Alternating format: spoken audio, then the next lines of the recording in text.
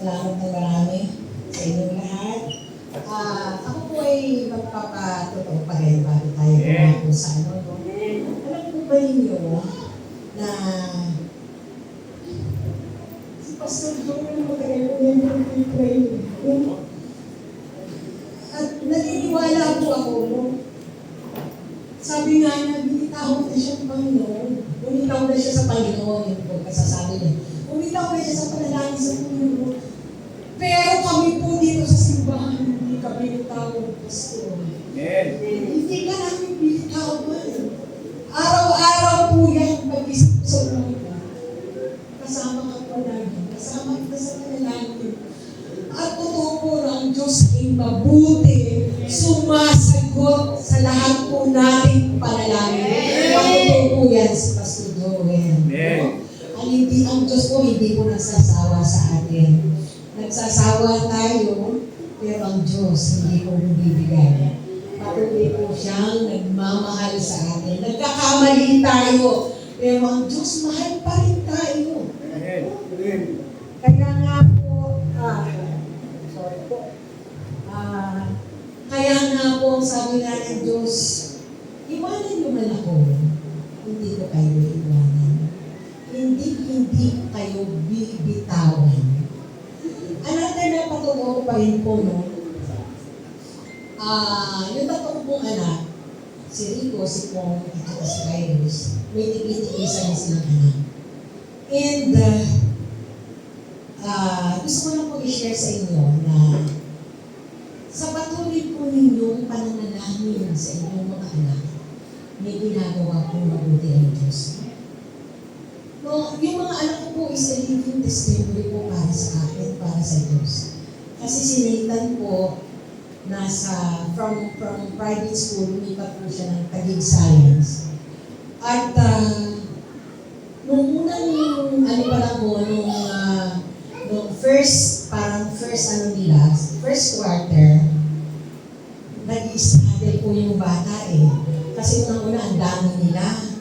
At saka, matatalino talaga lahat ng nandoon. So, although na pinagbibigyan siya ng Diyos ng katalinuhan, nag-i-struggle po siya during the first quarter. No? Nakikita po na hihirapan yung bata. But on the second quarter, lumalaban na po siya. No? Lumalaban na siya. And, nakakuha po siya ng slot na with honors. Yes! Yung apo ko, no, nakakatuwa na pinagpala siya ng Panginoon. At sabi po niya, siya daw po yung may pogi points sa nila, sa klase nila.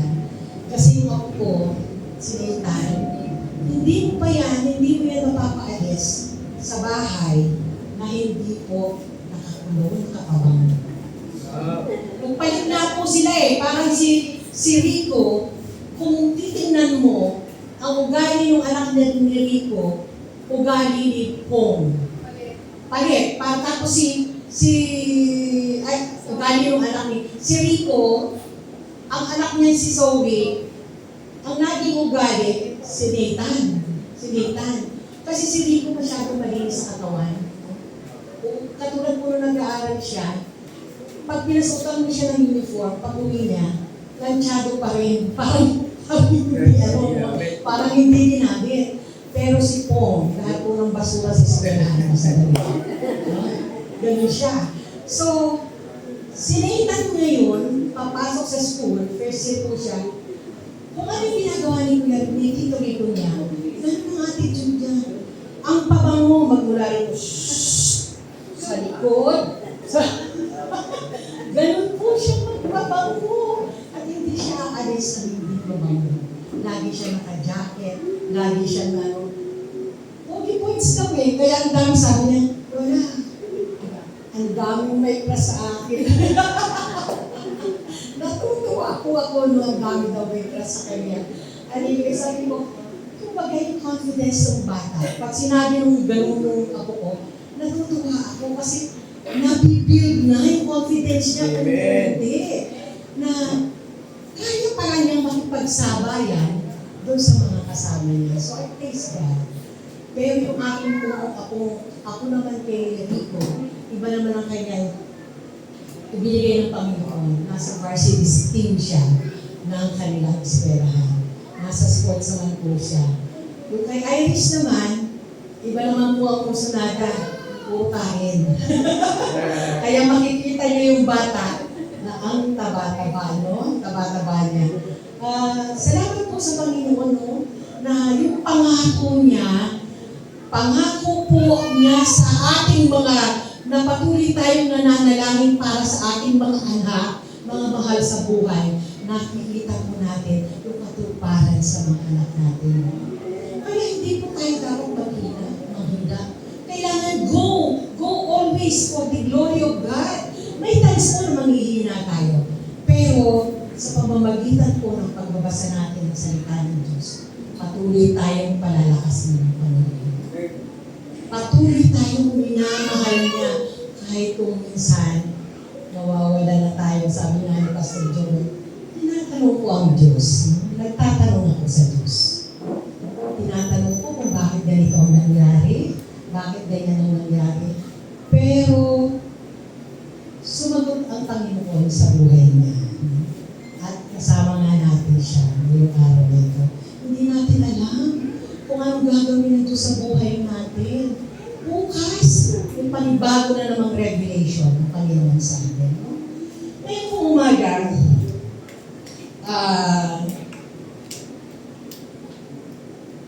topic ko, anak, meron po tayong pag-uusapan. Nabanggit na po ito ni Pastor no? Maraming salamat sa Pastor. Ayan po, ang ating topic today. Stay focused on God. No? Stay focused on God. Pag sinabi po natin focus, ang meaning po natin, ang ibig sabihin po nun, sa Webster Dictionary, na ang ating atensyon, ang sentro ng ating atensyon, ay nandoon sa ating mga ginagawa. Activity po natin. Pero in biblical meaning, ang sabi po ng focus, ang ibig po sabihin ng focus, ito po yung power of spiritual power within us na yung attention natin ay nakafocus or ang attention natin ay binibigay natin for the glory of God. Ang ating control, ang control ng ating buhay ay nasa Panginoon. Amen po. At meron po ako mga verses dyan. Paki-flash na anak yung verses ko. Proverbs po 4:20. My son, pay attention to what I say. Listen closely to my words. Amen.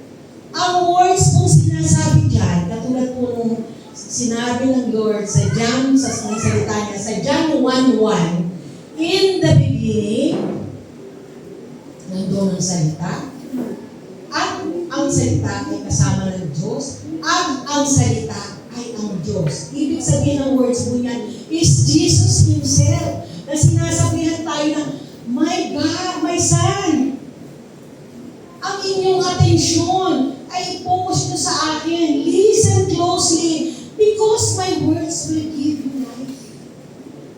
Because this will be ang pagkain ng inyong kaluluwa, ang kalakasan ng inyong buhay. This will sustain ang buhay ninyo. At ang salita ko ay magdadala sa iyo sa eternal life. Ito yung po susunod. Na verse natin, anak.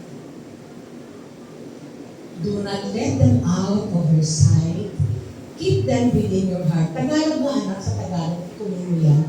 Yung verse 20 natin, hanggang 21.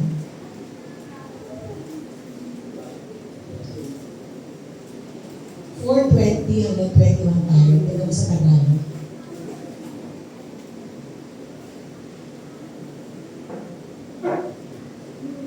Ayan po, 20 yung anak. Ano mo yan no? Yung katulad mong magulang sa kanyang anak na sinasabi, anak ko, makinig ka sa aking mga salita. Anak, dito ka, makinig ka sa salita ko. Ikiling mo ang iyong pandinig sa aking mga wika. Dito ka lang, anak.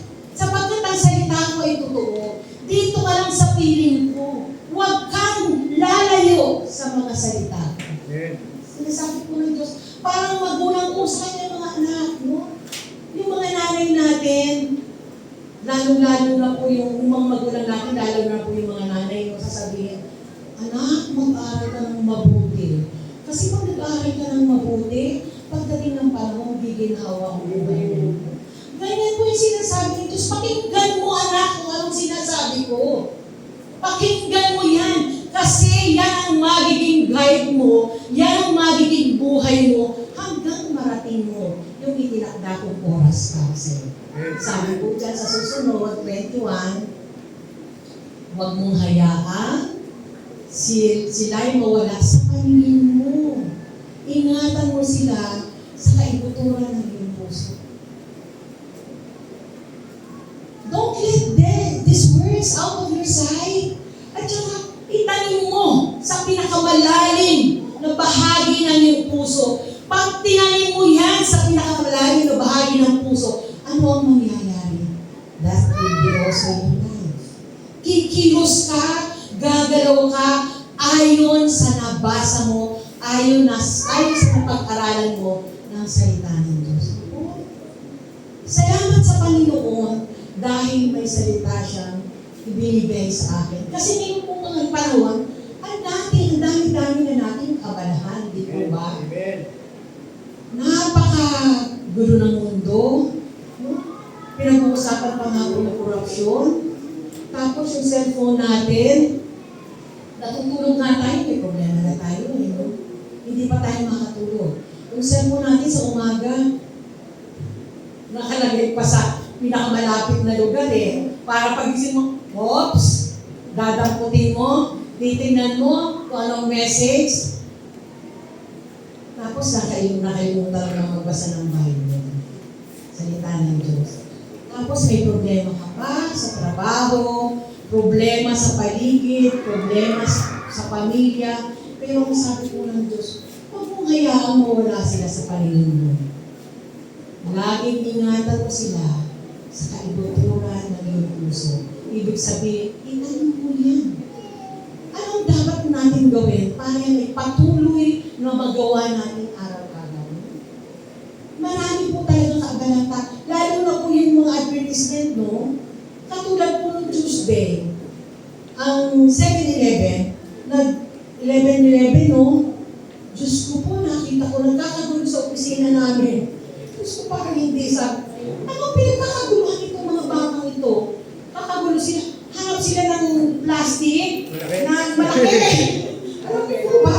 Kung anong nilalagay nila, Slurpee. Palakihan sila ng ganon. Pipila sila sa 7-Eleven. Kasi 99 pesos, kahit siguro magdala ka ng pinakamalaki, 99 pesos lang ang halaga. Ngayon, nagkakagulo sila doon sa sabi ko, ano nangyayari sa inyo? Naghahanap po kami ng malaking lalagyan. Maghahati-hati kami sa sabi ko, ano bang nangyari dito sa mga taong to? Para sa mga pinagayaan sila, sige, lumakad kayo. Sa awa po ng Diyos, sa haba ng pila, hindi sila nakakuha. Kasi, siyempre, hindi naman maghapon yan. Pero yung iba, daming pitsil na dala-dala. Mga nauna pa sila.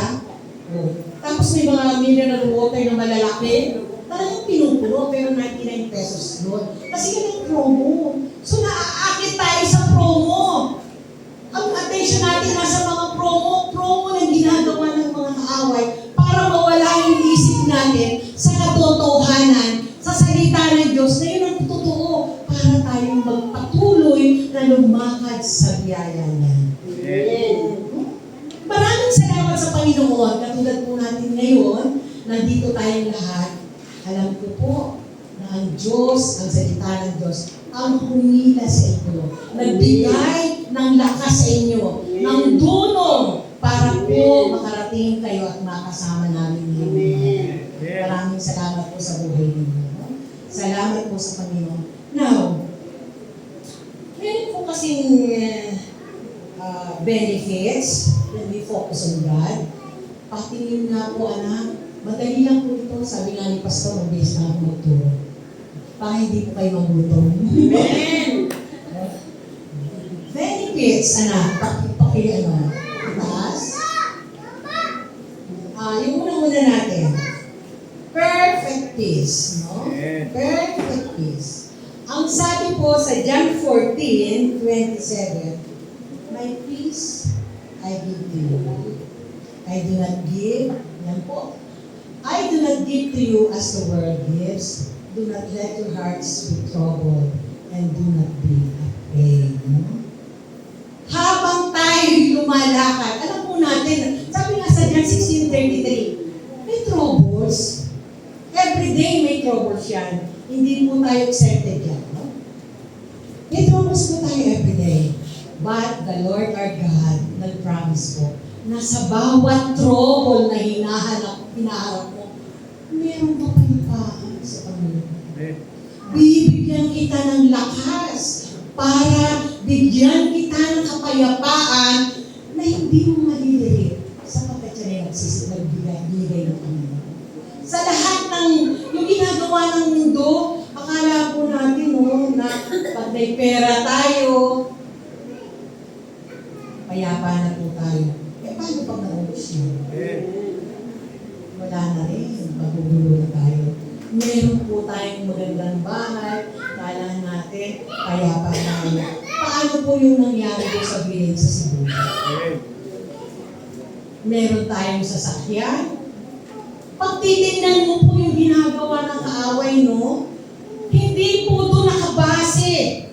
Yung ating focus, dapat ang focus natin nasa salita ng Diyos kasi yung salita ng Diyos punong-puno ng katapatan at pagmamahal. Hindi tayo iiwanan ng Diyos, hindi tayo pababayaan, sasamahan tayo kahit ano ang mangyari sa atin. Tingnan mo yung nasa Cebu, nawalan lahat yung property nila, parang ilog na umaagos. Samantalang tayo, no? Merong darating sa ating mga troubles, but then the God we have will give us peace. Kapayapaan sa gitna ng mga trouble na darating. Bago pa lang po dumating yan, may payapaan na tayong puso. Payapaan ang puso natin. Kasi nakasulat naman po sa Bible darating yung mga yan, katulad nung baha, nung bagyo. Tingnan niyo yung corruption. Sa opisina lang namin araw-araw, natutulig na ako. Kasi yung mga corrupt na yun, tumigil na kayo. Wala naman kayo magagawa. No? Kasi yung isang mayayaman, nagdarayo na, may nagawa ba sila? Wala! Ang magagawa lang ninyo, kasi nag-aaway-aaway nila sila.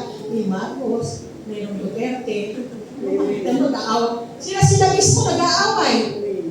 Yung accountant namin, at saka yung sa purchasing namin, nagsasagutan na. So, ano nangyayari sa inyo? Pag kayo naglalabo-labo, nag-aaway kayo, because of that, may magagawa ba kayo? Wala. Kayo na magagawa. Ano po ang dapat nyo gawin? Manalangin kayo na ayusin ng Diyos ang ating bansa. Sapagkat sa Diyos rin yung nagsimula Alam ba natin na may mangyayaring ganyan? Di po ba wala? Ang Diyos ang nagpulugan yan at ang Diyos rin ang mag-aayos na. Wala tayong control sa lahat ng bagay. Diyos lang ang may control. Bakit ang buhay natin wala tayong control? Maganda ang trabaho natin ngayon. Bukas alam ba natin? Wala po tayong control. Bukas ba alam ba natin gigising pa tayo? Wala po. Maging ang ating kalakasan, yung ating sakit, karamdaman.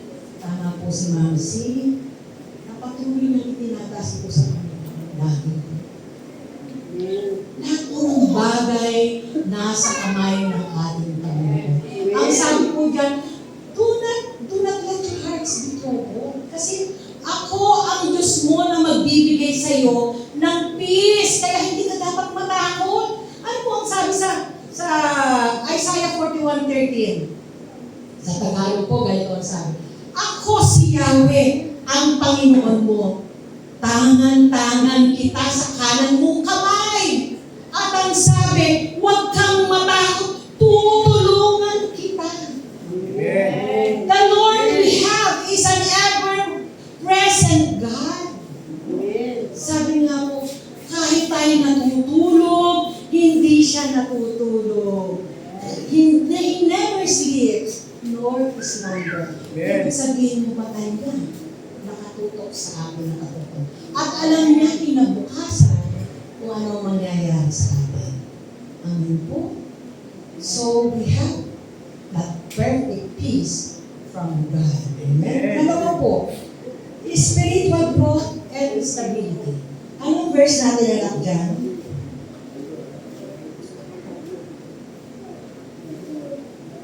You will keep in perfect peace him whose mind is steadfast because he trusts in you. Tayo daw po na patuloy na nagtitiwala sa ating Panginoon. Spiritual growth tayo na. Spiritual growth And stability. and stability. Okay. Sorry. Will keep in perfect peace him whose mind is steadfast because he trusts in you. Tama po yan, no?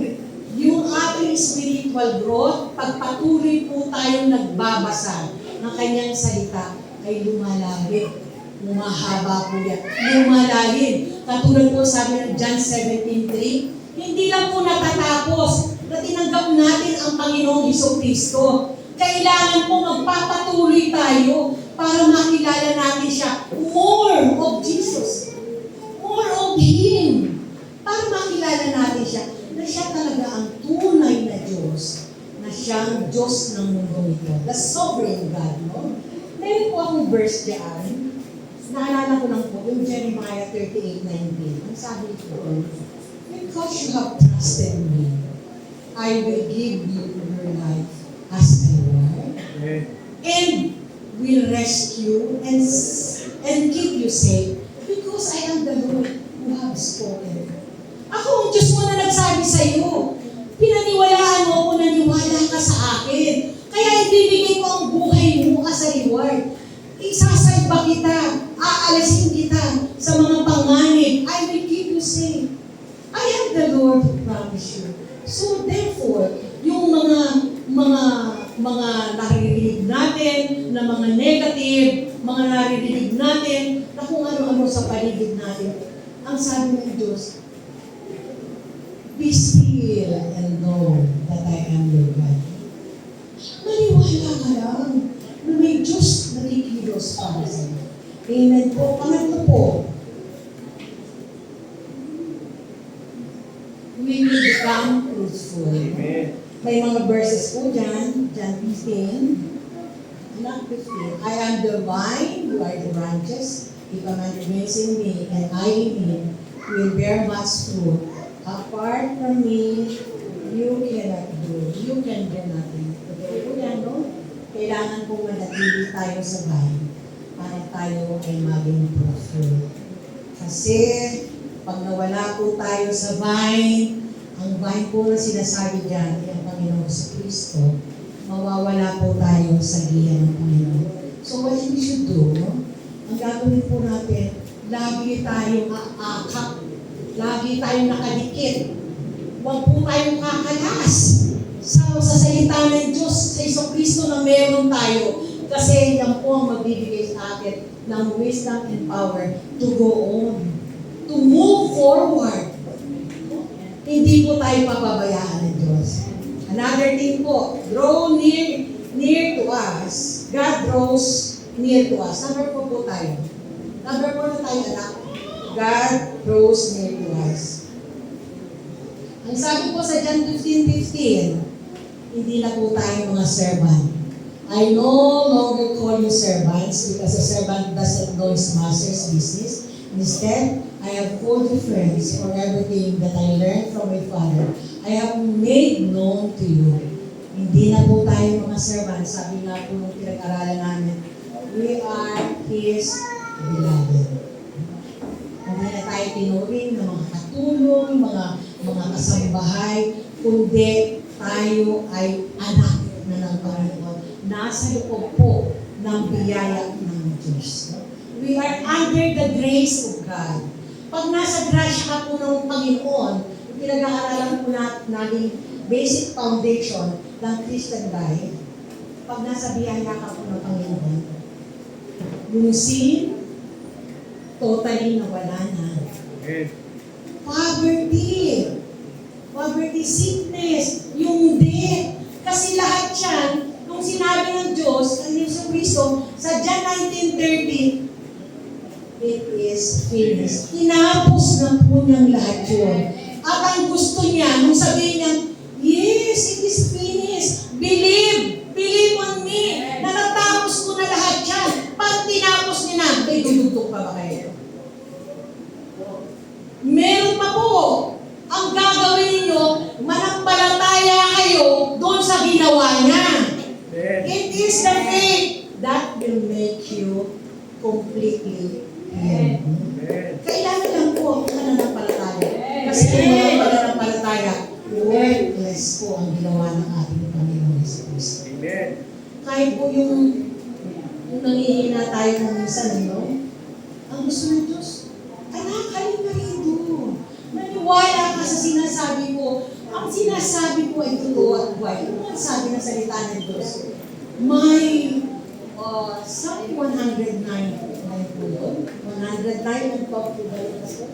May, madali lang po, no? Psalm 119, 105. Thy word is a lamp unto my feet and a light unto my path. No? Ilaw, ibig sabihin, wala na yung darkness. Puro liwanag na lang kasi may lamp na tayo, may light tayo na umiilaw na binigay sa atin ng Panginoong Diyos para lumakad ng diretso, hindi po lakad ng sakang. Amen. Kung minsan, nakaganyan tayo, hindi natin alam kung saan tayo pupunta. Kung minsan, nasa kaliwa.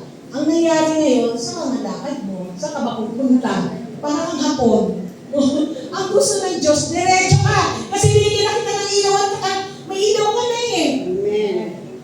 May light na nasa iyo. Dumiretso ka ng paglakad. Kasi yung tutunguhan mo is by perfect plan for you. Amen. Hindi ka mawawala dyan. Sabi nga po sa Mateo, meron daw kumadaan na makipot at meron daan na maluwag. Usually, yung iba dadaan sa maluwag kasi hindi nga naman masikip. Pero ang dahil sa sabi ko kahahamtaman nyo yan, may kamatayan. Pero sa makipot, at patuloy kayo lumalakad sa biyaya ng Panginoon, ang kahahantungan ninyo ay pagpapala. Kailangan lang po lagi nakapokus ang ating paningin sa Diyos na gumawa ng langit at lupa. Maraming salamat. At yung panglima po natin, God will give us the desires of our heart. Psalm 37:4, delight yourself in the Lord, and He will give you the desires of your heart. Amen. Katulad din po yan ng Mateo 6:33. Ano po verse yun? Mateo 6:33. Seek ye first the kingdom of God and His righteousness, and all these things shall be added unto you. All, hindi daw po yung isa, hindi daw po dalawa, hindi lahat. Lalakad lang daw po sa tayo, yung ating sarili ay maging delight, maging kaibig-ibig. Lahat ng ginagawa natin, laging maging maayos ang iyong handog para sa ating Panginoon. At lahat po ng ating gusto, ninanais, lahat ay ipagkakaloob po sa atin. Ano po ang kailangan ninyo? Kung sasabihin, tatanungin ko sa pwede pera. No? Ano po? Alam niyo po ba, naalala ko lang po yung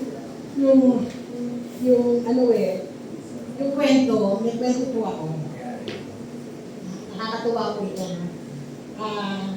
Yung estudyante, si Jermelanie, kasi noong panahon namin ni Ate Pais, pag ang estudyante hindi nakapokus sa teacher, binabato ng eraser. Binabato ng eraser. O, ito po yan, lumilipad ang eraser. Kung isa naman, may eskwela po ako na nakayuko, sulat naman ang sulat. Sulat siya ng sulat. Kala mo may ginagawa, no? Alam niyo po ba ginagawa? Sulat na siya ng sulat eh. Pag inapitan ng teacher, wala namang ginagawa. Ang gagawin ng teacher namin, gagawin ng papel, makakain. Magagawa po yun. Ginagawa ng teacher namin yun. Ay, naalala ko yung kwento ni nire-requestas. Yung mga estudyante daw po na may ADHD, no? Isa nakatingin na, kasi meron na po ngayon, gano'n yan na, ano, no, may mga klase ng gano'n. Nakatingin daw po kasi sa teacher. Kaya lang, hindi naman nakapokus sa teacher. Kung nung, pag tinatanong mo, walang alam. Ganyan po yung nangyari nire-requestas. Kilala niyo po yun? Nire-requestas. Ganito po ako ito, no? Ang teacher niya, si Paquito Diaz. Puro mga, may something ano po, Paquito Diaz. Sabi ni Paquito Diaz, "Oh, now children, tapos na tayo sa math. Okay, sa history naman tayo ngayon." Yun ang sabi niya. Okay, history. Sino yung requestas? Ganyan. Pakatingin sa teacher. Tapos biglang yung buko. Nakita ko rin ng teacher. "Oh, ikaw," sabi niya gano'n. Tinanong niya, "Who killed?" "Who killed Lapu-Lapu?" Diba? Tama ba yun? "Who killed Lapu-Lapu?" Sabi ni Relentis, bakit ako? Hindi naman ako muna yung Lapu-Lapu eh. Sabi niya, "Hindi ko alam, sir. Hindi naman ako muna yung Lapu-Lapu eh." Tapos sabi niya, bukas na bukas din, dalhin mo yung magulang mo rito. Amen. Oo. Umuwi ka na. Dalhin mo yung bukas ng umaga yung tatay mo. O kung sino man magulang mo, dalhin mo rito. Umuwi na si Enrique Fiestas. Pagdating sa bahay, tatay niya nakasalubong niya. Sabi niya sa tatay, "Tay! Lagot ka. Lagot ka! Pinapupunta ka sa school ng teacher ko." Sabi ni tatay, "Bakit? Anong ginawa ko?" Sabi niya, "Basta pinapupunta ka sa school." Bakit ako pinapupunta? Tinatanong ba naman sa akin kung daw pumatay kay Lapu-Lapu? Sabi niya, hindi ko naman pinatay. Sabi niya sa tatay niya, "Baka ikaw tayo." Kaya pinapupunta ka. Tingnan mo, grabe no? Yung mga estudyante hindi nakapokos, ganyan talaga. Tapos, nagsalubong yung nanay niya, nanay yung lola ni Rene. Palabas na sila, pupunta na sa school. Sabi nung, yung lola na to, "Saan kayo pupunta?" "Sa school, Nay." "Bakit?" "Pinapupunta ako eh." "Bakit? Ano nangyari?" "Pinagpipintahan mo naman ako, pinatay ko daw si Lapu-Lapu." Sabi niya gano'n. "Bakit?" Sabi niya, "Nay, baka ikaw pumatay." Hallelujah. Ano? Hallelujah. No? Pag ganyan ang tao na hindi nakafocus sa salita ng Diyos, wala-wala ang buhay. Ang wala-wala ang pastor, no? Kailangan nakafocus ka. Kung estudyante ka, may nilatag sa iyong teacher, gawin mo yan. Maging focus ka. Pero yung salita ng Diyos, sabi ng Diyos sa atin, "I will never leave you nor forsake you." Naniniwala ka pa dyan? Kung minsan hindi, no? Totoo kaya, nagtataka ka pa? Sasabihin ng Diyos, "You are my beloved." Totoo kaya yun? Bakit ang maghihirap? Sino ba may gawa ng paghihirap mo? Ang Diyos ba? Manalangin ka kaya at magdasal. Sabihin mo sa Diyos, "Lord, ang gusto naman ng Diyos yung open ang ating communication sa Kanya eh." Magdadasal tayo ng, "Lord, hihirapan na ako, tulungan mo ako. Hindi ko alam kung anong gagawin." Be honest with your prayers. Walang paligoy-ligoy, hindi na kailangan 1 oras, 2 oras. Meron po talagang nananalangin na gano'n, ano? Yan sina kapatid mong si Eva. Sila po talaga, si Auntie Susie, yung tiya ko. Yung Sabado may prayer kami noon. Sabi ko sa tiya ko, "Pastora, si Ana." Sabi ko, "Hindi." Pero ko naman, 2 oras na kami. Nag-aano kami. "Hindi, siya natin." Kasi nagawin pa ako. Sabi ko, talaga sige, tawag ko na gano'n niya.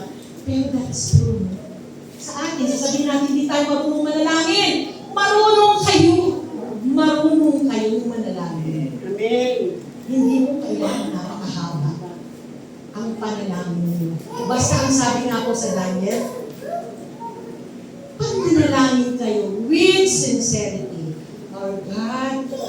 answer you lovingly, clearly, and with purpose. Amen. Yun po, sabi niya, kaya totoo na kahit mali ang panalangin natin, pag sincere po ang ating sinasabi, pagpapalain tayo. Amen.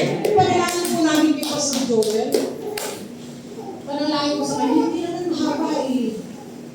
Ang panalangin ko lang, Lord, ibalik ko siya sa simbahan namin. Amen. Ibalik ko po sa Pastor Joel. At sa po nangyari. Kung mahal mo siya, sabi nga, alam ko, Lord, na mahal namin sa Pastor Joel. At mahal mo siya. Amen. Pinalitan ng Lord. Kaya nagkukuha po ako. No? Ngayon, doon na po tayo sa practical application. Baka sabihin niyo, mahaba na po yan. May sino po ako po. Practical application po tayo. Number 1 po natin, regular prayer and Bible study. Yan po, mananalangin po tayo lagi. Huwag tayong mamimiss. Baka naman sasabihin, pagod na kasi ako eh. Ang Diyos ba napagod sa'yo? Hindi na eh. At saka mag-set kayo ng oras. Kung anong oras kayo dapat manalangin. No, sasabihin nyo, ay, bukas ako ganito. Pero, tulog pa rin. Natapos na yung oras, naghahabol na ng oras, hanggang umalis na sa bahay, hindi nakapanalangin. Make it yung time definite to commune with the Lord. Umayos kayo ha, kasi ito kailangan nakikipag-usap kayo sa Lord. Hindi yung pang-warty-warty lang. Kakausapin yung Lord, Lord, kahit ano lang, salamat po sa umagang ito, Panginoon. Salamat po sa lakas. Maraming salamat po sa kakaharapin namin ngayong maghapon. Sasamahin po kami. Ganun lang po at ingatan mo po kami lahat. Hindi na kailangan mahaba. Kailangan lang mag-uusap kayo lagi ng Panginoon. Kasi yung Lord naman naghihintay sa akin. At tulad po ng sinabi ni Ate Vice, paghihintayin mo pa ang Panginoon. Yung 24 hours, makatitig sa inyo, iniingatan kayo lahat. Hanggang sa maghapon, hindi siya natutulog. Tapos kayo, yung oras na ninyo, hindi ko pa magawa ng kailangan. Tapos yung pong Bible study, marami tayong Bible study. Meron po kami online yung Friday. Salamat po sa buhay ng pastor, mga kasama po namin. Katulad po ng sinabi ni Topper, binago siya ng Panginoon because of the Bible study. Pagpapala po yun sa Panginoon.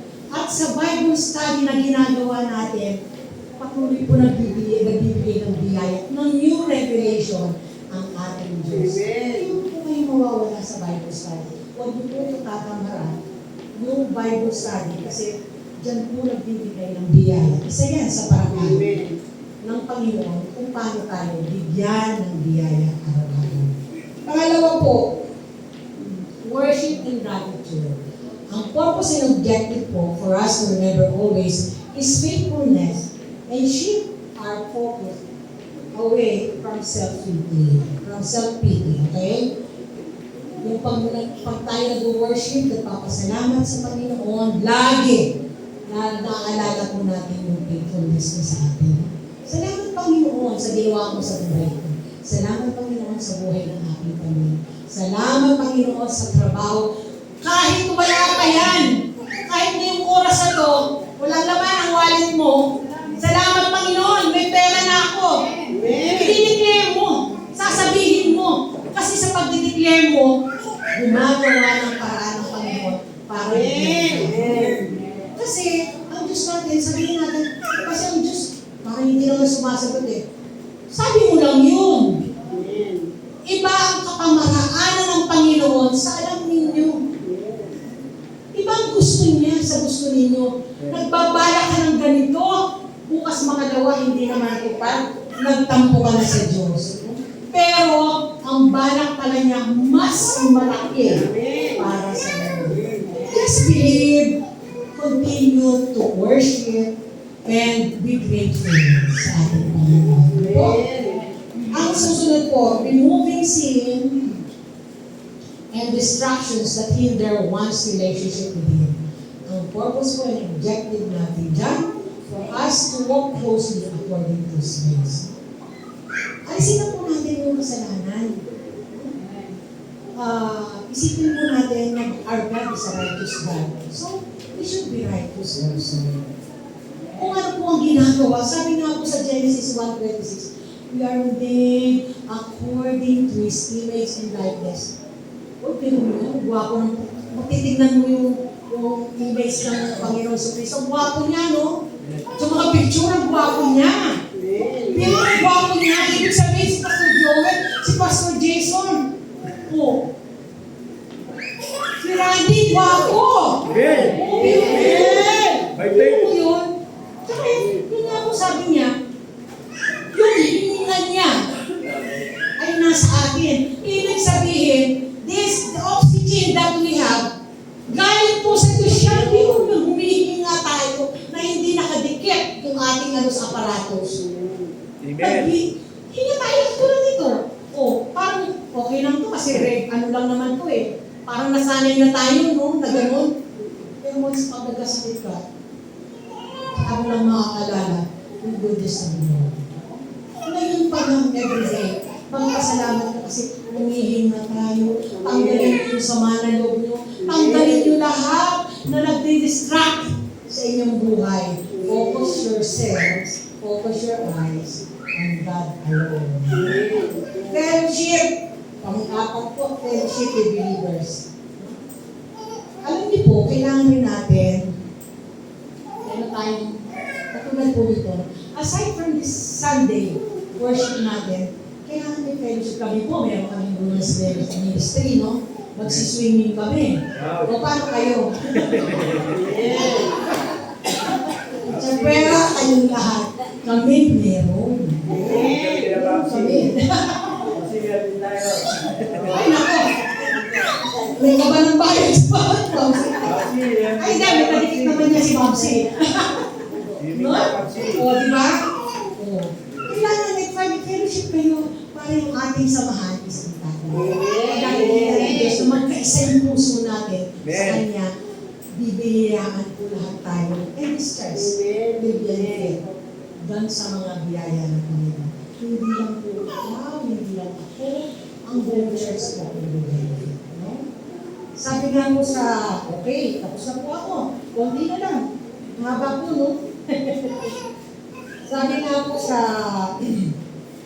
Hebrews 12:12, yung sinabi ni Pastor, let us run the race with perseverance, marked before us by fixing our eyes on Jesus. Kailangan nakatulang paningin natin sa Panginoon sa Kristo. Kailangan siya lang yung ating, kung tayo ay apple of the eyes of the Lord, kailangan siya rin ang ating buhay. Sapagkat siya ang Diyos, the sovereign God na may gawa ng langit at lupa. Sabi na po sa Psalm 122, I look up to the mountains, where does my help comes from? My help comes from the Lord, the maker of heaven and earth. Lahat ng tulong, lahat ng biyaya, lahat ng kailangan mo, nasa Diyos lamang yan. Wala sa kapitbahay mo, wala sa Bombay, walang-wala sa paligid mo. Sa Diyos ka lang dapat umasa. Sa Diyos ka lang humingi ng tulong. And the Lord we have is a sovereign God na nanililig ang lahat po natin panalangin. God bless you all. This church love you so much. Salamat po sa buhay ng lahat. Pinagpala na po kayo ng Diyos at alam ko po, ayon sa salita ng Diyos, lalakad tayo ng tanunan. Amen.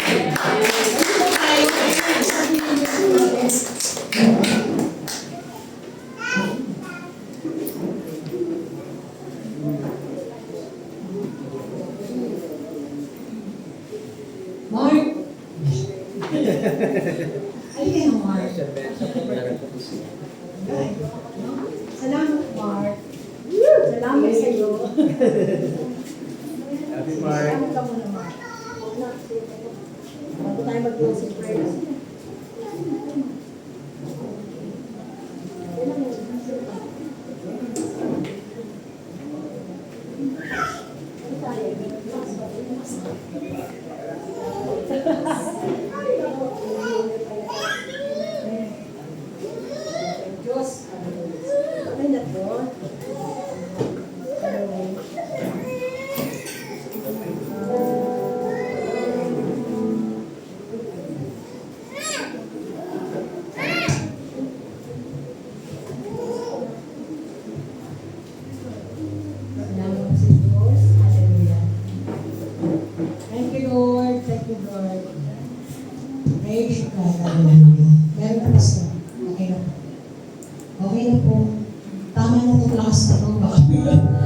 ng mabilis.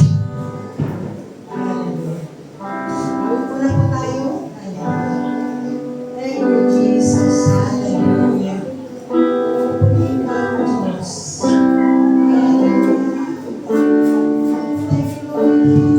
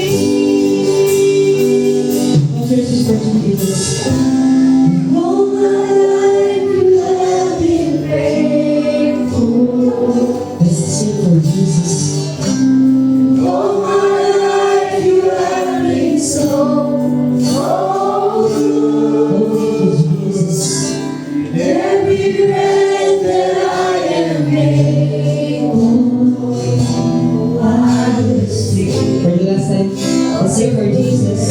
Hallelujah. For the last time, hallelujah. All my life, hallelujah. All my life, you have been faithful. All my life, you have been so good.